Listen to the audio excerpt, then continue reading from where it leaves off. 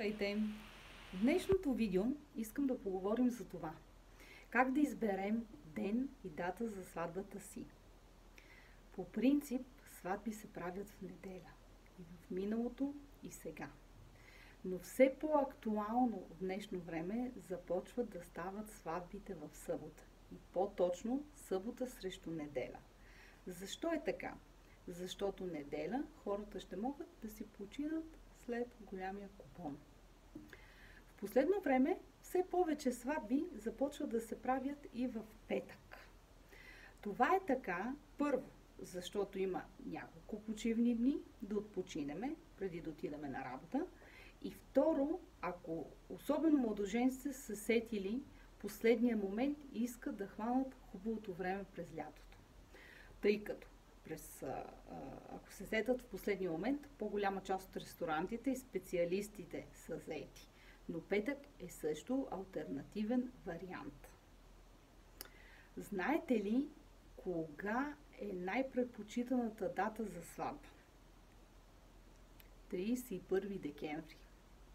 Но много рядко се правят сватби тогава. Първо, защото ресторантите са заети и второ, защото много от хората вече имат поет ангажимент.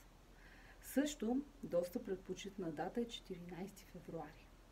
Въпреки, че през зимата се правят по-рядко сватби.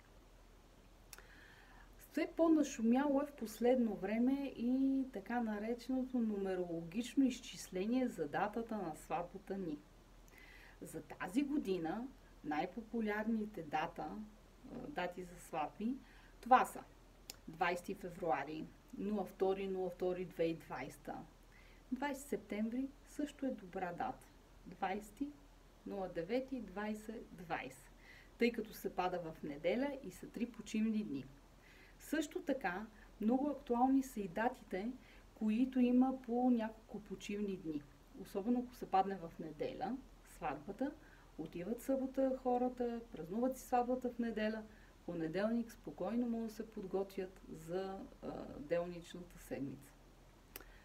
Също така, хубаво е, когато избираме дата, да заобразяваме първо, да има повече почивни дни. Много подходящи са дати като 1 май, 6 май, 24 май, 6 септември, 22 септември. Но също така трябва и да се образиме, да не е по време на абитуренски бал, защото ако си направим сватбата по време на абитуренски бал, рискуваме по-трудно да си намериме хотел, ресторант и гримьор и фризьор. Също така можем да помислиме датата на сватбата да не ни бъде по времето на голями футболни първенства, защото тогава рискуваме част от гостите ни да прекарат пред телевизора. Също така, хубаво е на нашата сватба да няма и голями концерти, примерно както беше Мадона или така нататък, защото рискуваме част от гостите да не дойдат. Също така, има изискване, ако ще правиме църковен брак, синодът има изискване да не се правят сватбата на определени дати. Например, сватби не се правят по времето на Великденските и Петровите пости, които всяка година са различна дата.